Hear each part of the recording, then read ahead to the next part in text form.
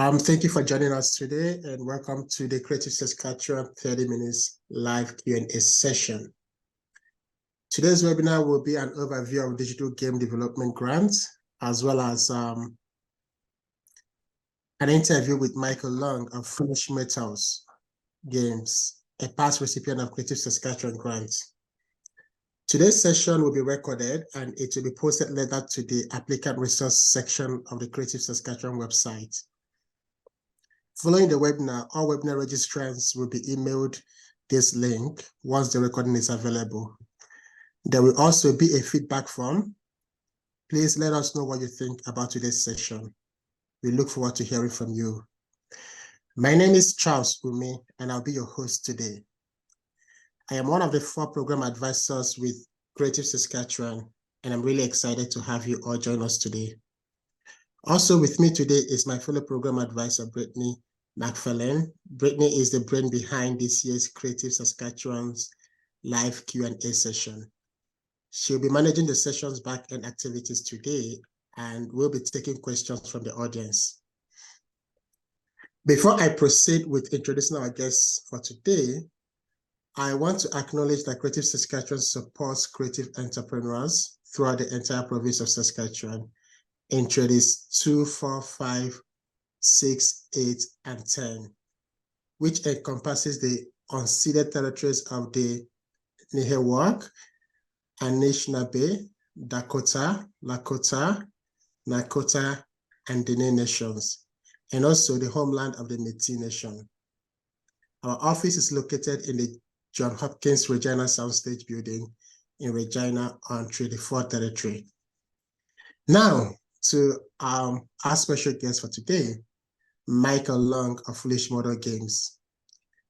Michael is the CEO of Foolish Model Games that creates amazing, smart, and innovative games. Michael is a machine whisperer and also finds time in between to teach at University of Saskatchewan. Some of Michael's works are Real-Time General, Kaiju Wars, and Radio General. Michael considers himself a games person, true and true. Video games, board games, tabletop role-playing games, he does it all. Games are his jam, and jam is what he eats, preferably with bread. Welcome, Michael. Hi there. Thanks for having me. So some quick housekeeping items before we proceed. Please ensure your mic is always on mute, and questions are welcome throughout the session. Please pop in your questions in the Q&A sections, and Brittany will be helping us with the questions as we proceed. So, my first question for you, Michael. Tell us about yourself and your business, Foolish Models. Sure. So Foolish Mortals is my indie game studio in Saskatoon, Saskatchewan. Now I've been running it for about 4 years full-time now. I've been making video games and board games and role-playing games for much longer than that, but only in the past 4 years have I been able to do this as this is my full-time job. I'm paid to do it, and I do have several full-time staff now. We've released 3 major games on Steam. Kaiju Wars is also now on Nintendo Switch, Xbox One, PlayStation 4, PC. So yeah, I'm very fortunate to be able to, get paid for making video games, and I'm going to keep doing it as long as I can. So very fortunate position. Thank you, Michael. It's amazing to see how far you've come. And I'm aware that you have assessed some of Creative Saskatchewan grants for now. Could you tell us how Creative Saskatchewan funding impacted your project? How did it help you in your career progression? Yeah, sure. So the game grant, the larger one, that let us hire more personnel. That was the main thing. We had a very big project and we needed more people to finish it. So it let us get more people there. It also let us pay our existing staff a little bit better. But actually, most importantly, it kept me in the province. I was very seriously considering moving to Quebec, where the government there will just they'll just pay 35% of your game studio's salaries. So everyone can just be paid 35% more. And then you can still apply to their provincial funds and federal grants. So having this grant, here in Saskatchewan means that, I'm gonna stay. I'm gonna stay. So that's actually like the biggest thing. That's good to hear. We're glad you're staying back in the province, Michael. Um, so can you tell us more about the digital game development grant specifically? Like, can you give us more pointers as to, apart from the fact that you say that it helped you hire more personnel, were there other benefits, were there other things too that you were able to do with that grants? Yeah, I mean, everything just it lets you hire more personnel. It lets you spend more time on the game that you otherwise would have. It gives you more security. A whole lot of good things. For real time general, the one that I actually got the grant for, I'd already received the federal one, but this let me expand it and make it last longer, pay people better. Far less crunch. So it was very good. Yeah, very nice. Awesome. Awesome. So, my next question would be any tips for folks thinking about applying? I mean, things they should have thought about or prepared for in the application ahead of time so they could be, um, they could be successful in the application. Yep. The main thing is to look up the deadlines months ahead of time. So, like, as soon as those deadlines are posted, you need to be thinking of when I'm going to write this because it really depends on your writing speed. But of course, applications take a long time. It could take you a week of full time writing to prepare what you're writing. And additionally, the budget. If you haven't already prepared a budget before this, that can take a long time of thinking, actually thinking through about the money and who you're hiring for how long, what you're going to need to be doing. You have to plan out each feature of the game. How long is that going to take? And again, if you've never done that before, that can take a long time of thinking. Of course, the budget doesn't have to be foolproof. I mean, games change, stuff happens, but it needs to be close to what the final product. You want to be as close as you can to the final product when writing the budget. So it can take over a week to finish writing the application. You need to write the budget, think about what you're doing, and thinking about the budget's actually probably just an unexpected bonus of doing these grants because when you're making a game, you all you do is think about how cool it'll be and all these features and stuff. You actually have to think about, well, hold on, I actually have to be paying people to make these features. This are if we're going to go be 3D, it's going to be very expensive. It makes you think very critically about each feature of your game, saying, does it really need to be 3D? Does it really need X feature? Because when you look at the budget, you're like, each thing you actually have to sign a dollar sign amount to, basically. So you then have to tally up the cost of your game for the budget, and that's very important. Instead of just dreaming about how cool the game will be. Also, before applying, since you can see the deadlines up to a year ahead of time, it really helps if you have an experienced team. So before you apply, make sure that the people you're trying to hire have experience in games. And if you have 6 months to a year warning ahead of time, that's enough time to do some game jams together. If you really have your act together, that's enough time to actually throw up a very small game on Steam or itch.io, and that shows that your team has experience working together making video games, and that the jurors are going to like that. They want to see that you've worked together before, and that each person on your team has made video games before, even if the games don't sell well. For the small ones, that's okay, but you have worked together before, and that gives you lots of time to do that. And you should do game jams together. You should be working on hobby projects in your spare time to make your resume look better.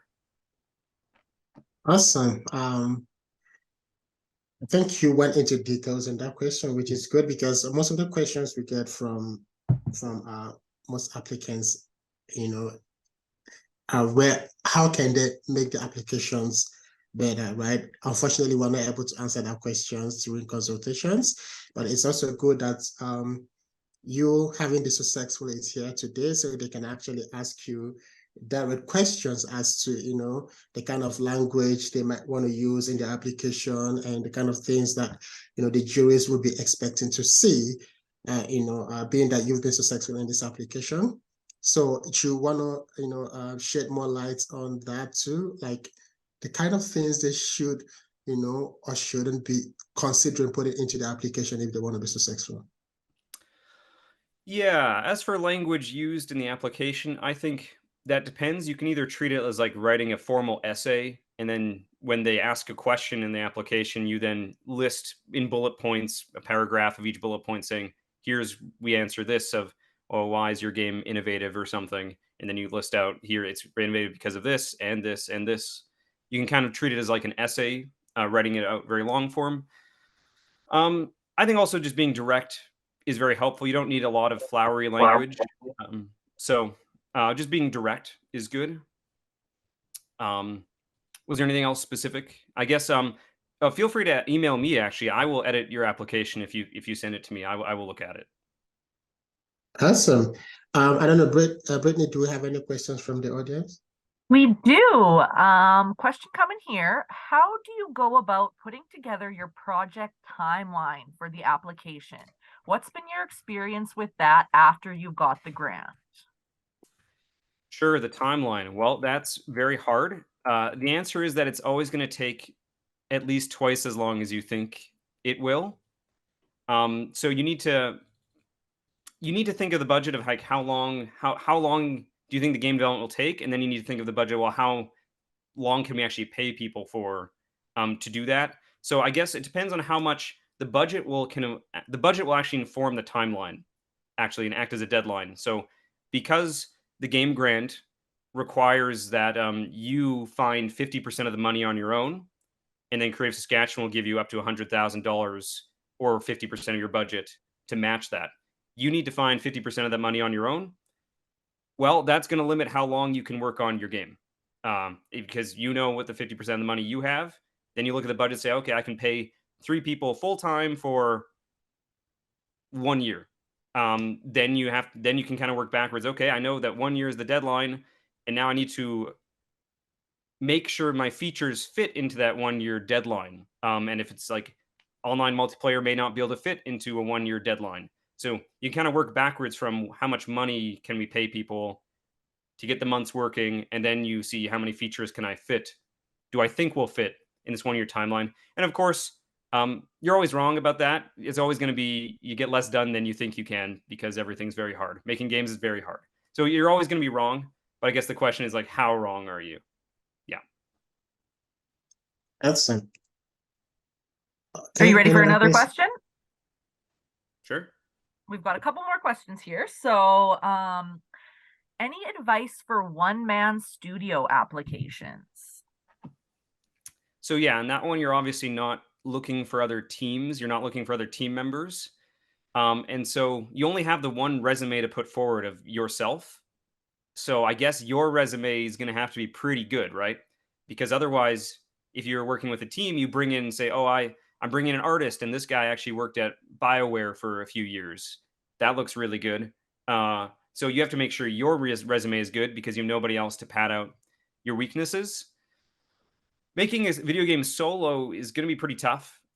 I mean, you know that. I assume you know that because you have to do all the programming and all the art, and it's very hard to be good at so many things. So that's definitely going to be a challenge. In making a game by yourself, it probably take your game would probably take at least a year, probably several years, and you have to be very careful of what features you want to put in. So I guess yeah, your resume probably has to be pretty impressive if you're doing it yourself because you can't have other people pad out your weaknesses. Okay. Next question. Right. We have a question here. Can you self-fund 50% of the project, or do those funds need to come from another organization? Yep. You can use your own money, although I'd recommend you don't. You actually get bonus points. I believe there are bonus points. I don't know. Correct me if I'm wrong. If the latest year that if you've a different third party giving money, you'll get bonus points. So it's better if you have someone else also willing to give you money. But you can use your own money. But the thing about grants, it's kind of the rich get richer kind of thing. If you actually get a Creative Saskatchewan grant, you can then go to apply to the Canada Media Fund for more money, and they can give even more money. And they see that you already got a grant, and your resume is good. They're going to like that. They see the third party already invested in it. They see that your team's already pretty good to get a grant, and you are very likely to get another grant. So like if you get one, you're actually pretty likely to get more. So you probably won't have to spend your own money. So like apply to one and then apply to another, or apply to both at the same time. There's no reason not to, because a lot of the Not all of the questions, but a lot of them have overlap. The Canada Media Funds application process is much more rigorous and grueling. So if you do that one, it's then actually pretty easy to take that and put that in the Creative Saskatchewan application. It won't take that long because you've already gone over all the points. You've made a budget. You got your team. You've gone through all the points again. So it's actually easy to reuse applications, most of the application at least. Yes. To complement what Michael said, there is actually a bonus point for budgeting and financing, and it's 5 points. So you get project with third-party investment will automatically receive the following points. Agreement needs to be uploaded to your application in order to receive the points. 10% to 14% of your budget receives 1 point, 15 to 19%, 2 points, 20 to 24%, 3 points, 25 to 29%, 4 points. And if you have 30% or more of your budget, being funded by a third-party investment, then you receive 5 points. So yes, there is a point So to yeah, that. if you can get third-party investment like the Canada Media Fund or a publisher or something, having another party say, yes, I have confidence in what you're working on. Yes, I will give you money. You'll get more money. If someone's willing to give you money, probably someone else will be willing to give you money. Okay. I'm going to ask one question and then we can go back to the audience for their questions. So my question is, you've not only assessed the digital game development grant, you've also used our market and export development and market travel streams grants.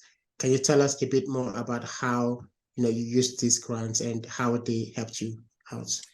Yeah, sure. So there was 2 you mentioned. It was the market export development. So that one, I believe I did for Kaiju Wars, and that's for basically it covers an entire marketing part of your game. So you say, okay, I'm gonna make a trailer. I'm gonna have someone make some social media posts. I'm gonna do some Google ads, that sort of thing. And so I did use that for Kaiju Wars, and it let me actually make a live action trailer. Well, at least half, a little bit of it's live action, and it let me do that because that's actually pretty expensive. But I just like live action stuff. So yeah, let me make a way bigger trailer. It lets you do way more ads. And yeah, and also hire streamers, sponsored streams. It just lets you do a lot more, and so that was very beneficial. Kaiju Wars definitely needed the extra marketing assistance. For the travel grants, those are smaller. So those are for a specific event. Say you want to go to the Games Developer Conference in San Francisco, or you want to go to PAX West in Seattle, which is a video game convention, a big one. You apply, say, I want to go there, and then Creative Saskatchewan will pay up to half your trip, up to $5,000. I think that last I looked. And so I did do that to go to PAX West and to go to the Games Developers Conference. And that was great because traveling to these shows is very expensive. To buy a booth yourself would normally cost 2 or 3,000 US dollars, and then you have to do flights and hotels. So going to these events is very expensive, but being able to do it kind of shows that you can get to go talk to other publishers, other developers. It shows that you're very serious about what you do, and you get to meet people, and they see that you're there. Oh, I'm serious. You're a serious game developer. You're in the game, but it costs a lot of money, and I wouldn't have been able to go without Creative Saskatchewan paying for half of it. The Games Developer Conference is also very good for professional growth. That one is just industry professionals. So you'll go to there, you'll attend the talks, you'll try to meet publishers, other developers, and you'll meet lots of new people. Very good for professional growth. So I highly recommend it. Yep. Apply to these travel grants, get to go to these conventions. Very cool. I was very fortunate to be able to go because of this funding. Because if you don't get the funding, it's a lot of money and it takes a lot of your time. It might not be worthwhile if it's that expensive. So thank you, Michael. Brittany, do you have another question or should I continue? Yes, we've got quite a few questions here. So there are a few here that are kind of related to teams. So this will be a 2-parter. The first person asked, what advice would you give someone to get full points for the team personnel / studio portion? The team and studio portion is 30 points out of the whole application, which was 135. And then further to that, maybe directly to you, Michael, how many members were a part of the team you applied with for the grant? Yeah, sure. Okay. So for the team to get full points, again, you're going to want to have worked together with them on previous games. And yeah, so show that you've worked together. Like, hey, I put a game on Steam, and hey, look, here's the credits. We worked together before. That's good. So working together, number one.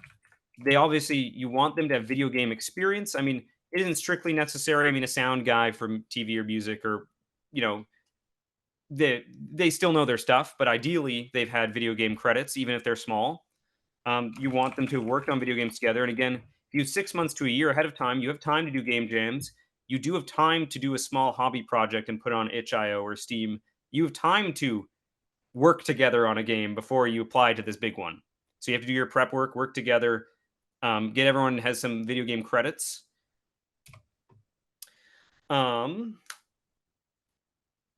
It helps, I think.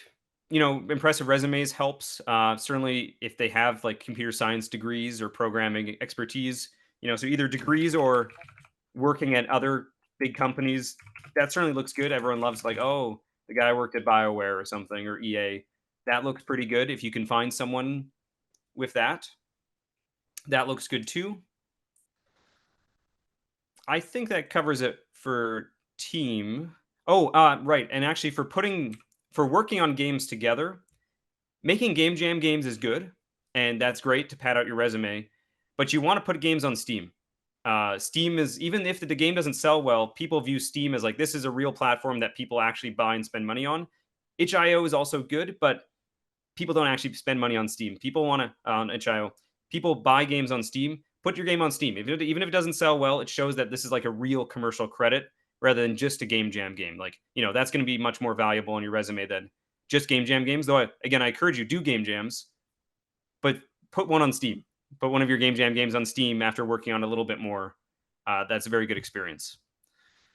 As for the second part, so how many members did I have for this was real-time general? How many members did I have? Well, I had myself as a full-time programmer. I had another network engineer and programmer full-time. I did have an artist who did 3D modeling and art full-time. I had a sound guy, and then a part-time sound guy, and then a part-time 2D art guy as well. And I did have a community manager / marketing guy / historian. So I guess you'd say 3 full-time people and 3 part-time people as part of my budget. So 6. Okay. Awesome. We've got another question here, a really good two-parter. So first, how can we determine if our physical interactive educational card game could become a digital game? Are there people who we could connect with to see if this is feasible?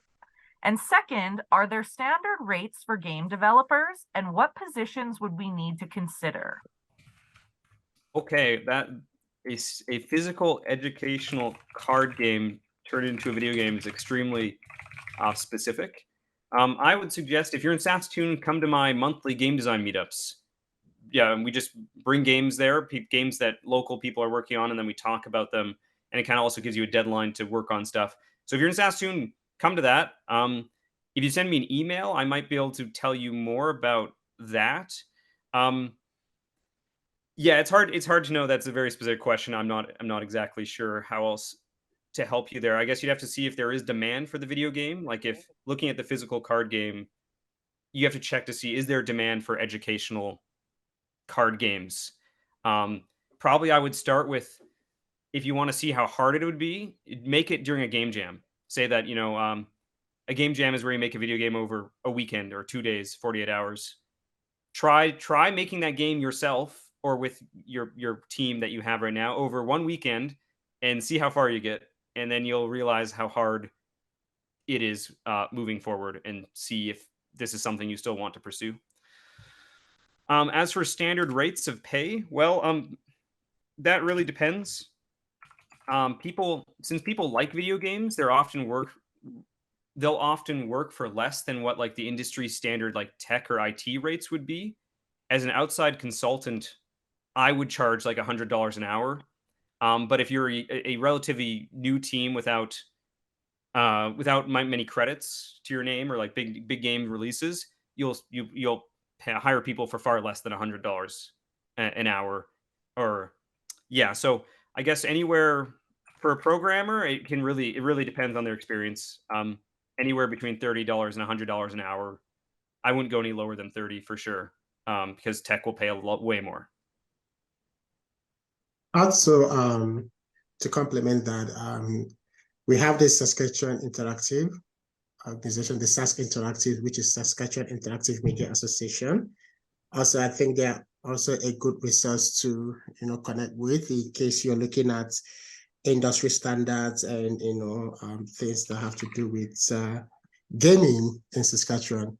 They are they cover web designers, developers, programmers, digital storytellers, graphic designers, game developers, app developers, advertisers, and other digital interactive and web related professionals. So they are a very good resource to connect with in terms of the digital creative industry in Saskatchewan. Okay. I'm going to ask another question and then we can go back to Brittany. I think we have barely 3 minutes remaining because it's supposed to be 30 minutes. So I'm going to ask this big one. Were there any parts about applying for funding that you found intimidating? And if so, how did you overcome that, or where did you reach out for help? Sure. So the big intimidating part would be again the budget. This budget kind of spreadsheet is the all-encompassing bogeyman that you have to conquer. And looking at it, assigning a price to everything, that's very tough. It also definitely can make you feel like an imposter, where like you put down this budget, say, oh, I'm going to pay myself $40 an hour or something. You may not feel that you're worth that much, but make sure to put how much you'd actually be worth. If you were working in an industry job, make sure you get paid yourself, pay yourself what you should be getting paid for, depending on your training. So the budget is the most overwhelming part, and that's very hard to do and hard to track.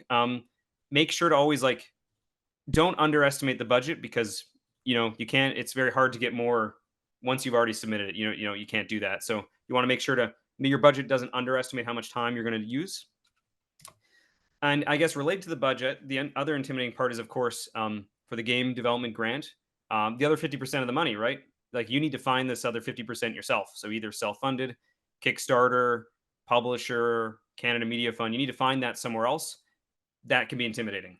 So you have to kind of already, before you do this application, you have to already find something else or be well off or have that money covered. That's intimidating. And I suppose the marketing would be the other intimidating part, and that's the part that I'm the worst at. I'm a programmer. I just want to sit in my office and make games, and I don't enjoy the marketing. I get a very, I guess, embarrassed trying to post stuff to the internet, even though you got to do that. So the marketing, trying to make a market plan and actually get stuff that makes sense is hard. It maybe should reach out to other marketing people in the province, even if they don't have experience with marketing games. You could go ask like the website companies or any other online tech service and say, how do you guys do marketing? The answer will probably just be like Facebook or Google ads, but you may as well ask. So the marketing can definitely be intimidating. I know you mentioned something about the budget. Did you get any help with your budget? And if yes, where did you do that? Yeah, the budget. So I've already received grants from the Canada Media Fund, the federal one. So I already had some experience making budgets. But it doesn't hurt to go ask other people, other game developers, if there are any. Like you go ask Noodle Cake or other companies like me, does my budget look reasonable? I did ask a few other veterans around that I knew about the budget. Okay, awesome. And also as a pointer, you can also reach out to Sask Interactive too. They would also be able to help you with your budget. And then for any interactive digital entrepreneur on the fence about applying for funding, how would you encourage them to submit their first application? How would I encourage them? Well, do it. Just do it. If you're making video games in Saskatchewan and want to be your own run your own business, be an indie studio, there is no reason not to do it. All it takes is, a week or two of paperwork and you try it out. And if you get it, fantastic. I can now work full time and get paid to make a game for a year or two. You should definitely do it. There's no reason not to, although it can feel very scary taking that plunge. It's far better than sitting in your basement. Nothing wrong with basements, though. Nothing, but don't sit in your basement and work on your game alone for 3 or 4 years and then just release it and hope it'll sell. Well, if it doesn't sell, you're homeless. How do you pay rent? How do you buy food? No. Apply to this grant because it will actually give you a budget. You'll get paid. It minimizes the risks of releasing a game and also improve the quality of the game too because you need to plan out this budget. You need to assemble a good-looking team. And if Creative Saskatchewan has some confidence in your game, that's a good thing. It's more likely to succeed. And because you have this money, you can now actually hire artists. You can hire music people. Your game will be better than you just working on it on your own. Thank you. Brittany, can we take one more last question and then we can conclude? Absolutely. And a lot of these questions, we're not going to make it through all of them, but many of them are related to guidelines and such. So I encourage the folks that are here that maybe didn't hear their question answered out live to book a consult with a Creative Saskatchewan program advisor, or Michael has offered to share his email address with you folks. I just want to make sure everyone's getting the support and the answers to their question. So a good way to end here, I think, if you've already started and have something to present, can that be included in an application? I think that's a better answer by Creative Saskatchewan themselves. So let me hear that question again, Brittany. If you've already started and have something to present, can that be included in the application? Yes, if the application has not if you've started the game process before the application, can you include that? Is that the question? Let me get it right. Yes. Okay. Yeah, definitely. Digital game development is the only grant amongst all our programs that you can actually claim expenses done 6 months before application. So you have 6 months before application. Any expenses you made between that period, you could still include it as part of your development, as part of your application. And applicants may apply at any stage of development, and you only receive funding one time for each stage of development for the project. And also, like I said before, any expenses made 6 months ahead could also be part of your budget. And then, once the application is in, you can also still work on things and still include it. But once the deadline passes, you can't edit your application, unfortunately. You still have time to edit it if you still have a time frame before the deadline. But once the deadline passes, then the application stays as it is. So I hope that answers the question. I don't know. Well, yeah, like Brittany suggested, if you have more questions, feel free to book a session with any of the program advisors with Creative Saskatchewan. We're here to answer all your questions. Book a consultation sessions with us. And also, like I said before, SAS Interactive is a very, very good resource to reach out to. They're very helpful, and the guys over there are very nice and accommodating. So reach out to them. And also, Michael has also generously offered to, offer some free consultations to anybody that wishes to speak to him. Michael, can I pop your email address into? Sure. Can you pop your email address into the chat? Are you able to do that? Yep. Okay, Brittany, can you confirm? Is it there? Can't see that. It looks like it just sent it to the hosts and panelists. But what I'm going to do is in our follow-up email, we'll include it there for everyone, along with the recording. Awesome. So yeah, so that makes sense. So you'll be receiving Michael's email alongside the recording and the feedback. And also, please remember to review this and give us your feedback about how this has been helpful. And if there are anything you want us to include on the next episode or the next time we'll be having this, please also include that. We'll be more than happy to, attend to that. That is it. We are way past the time. Michael, thank you for coming. It's been amazing chatting with you. And to every other person out there, thank you for joining us. And I look forward to seeing all your applications and your projects. Thank you. Cool. Thanks for having me.